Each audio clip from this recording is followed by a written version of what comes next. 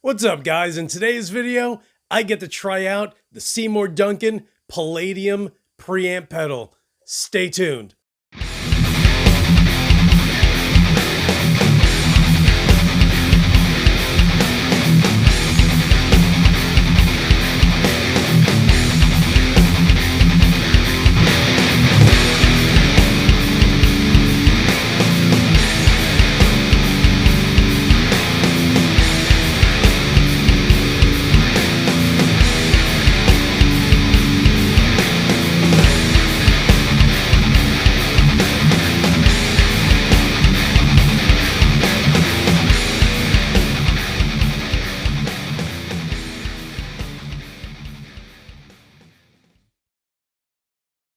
What is up, you guys? It's your boy Luis Torres, and again, huge shout out over to Sean Davis, who is Truck Driver Shawn on YouTube, for shipping me literally a bunch of pedals from his home in Maine.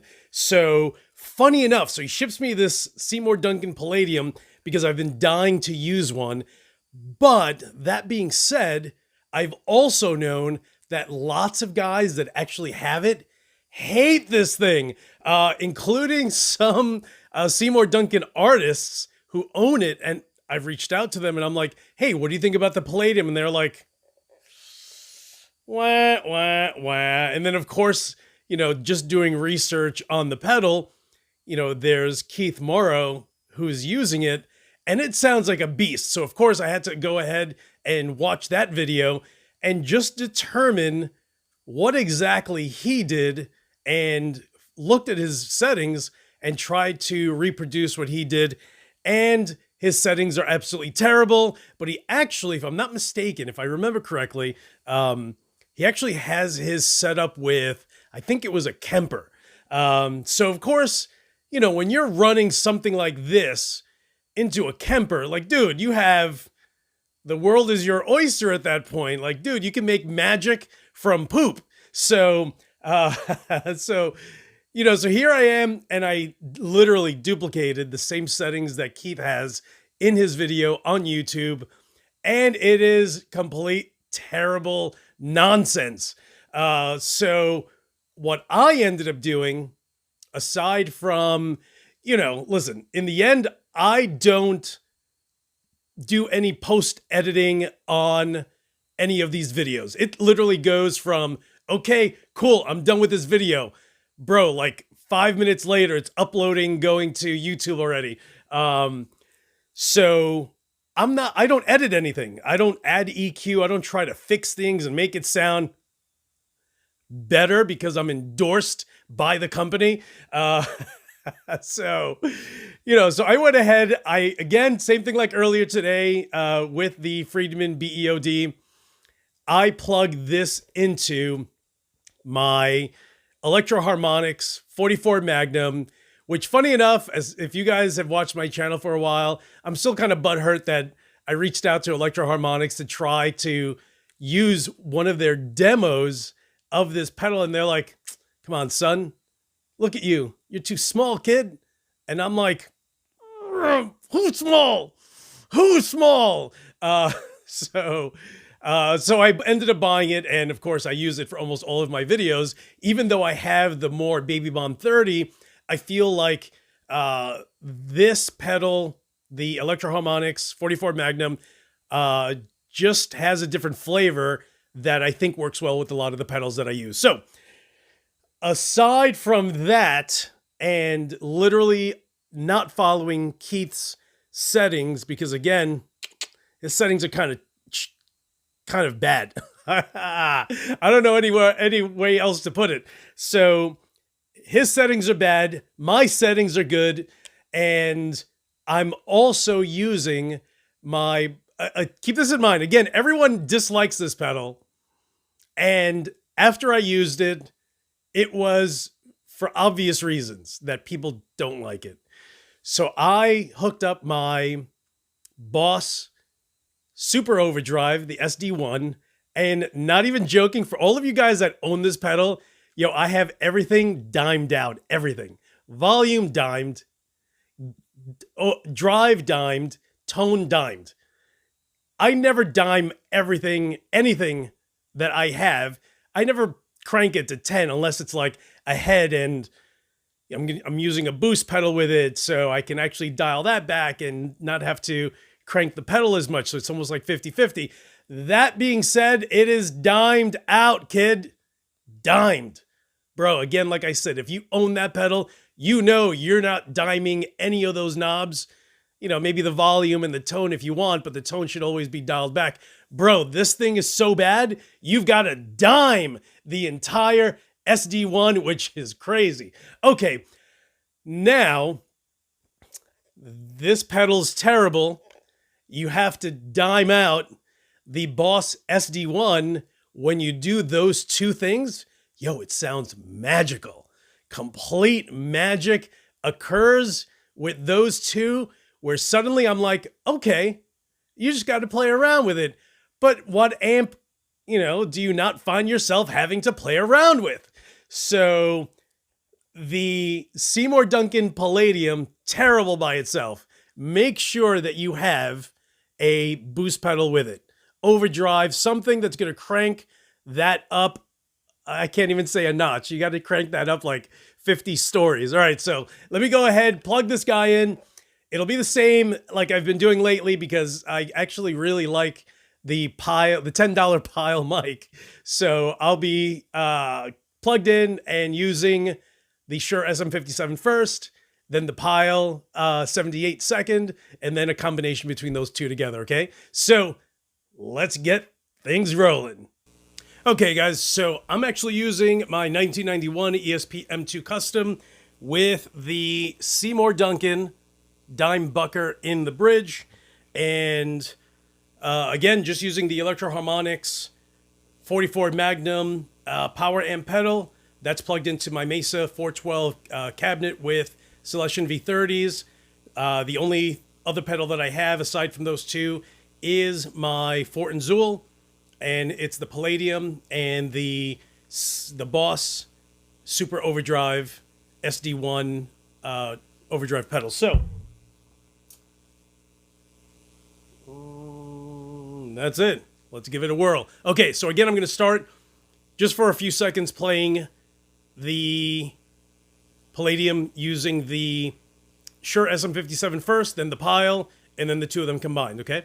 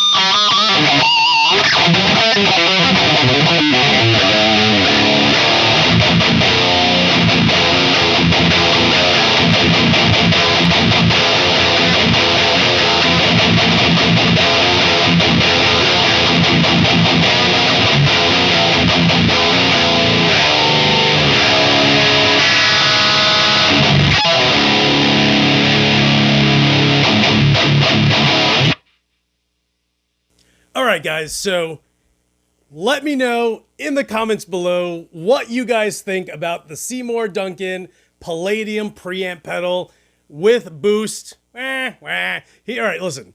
Should you get this pedal? Here's a better question. Are there any other pedals that are within this price range that are better? Yeah. Are there any that I can suggest?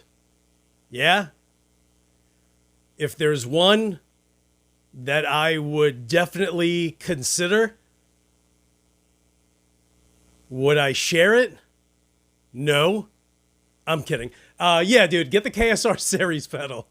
Yo, that preamp pedal makes this sound like there's just no comparison between the two. You know, listen, the KSR series is going to cost a little more at $400, and I think that's if you have to wait. For the most part, you know, there's that.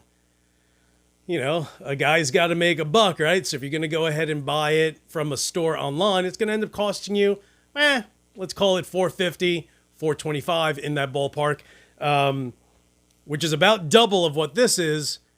But here's the one thing. If you buy this pedal, unless you go ahead and buy a second pedal for $50 to $100, this is not going to sound great. Or you could just do what the hell's his name?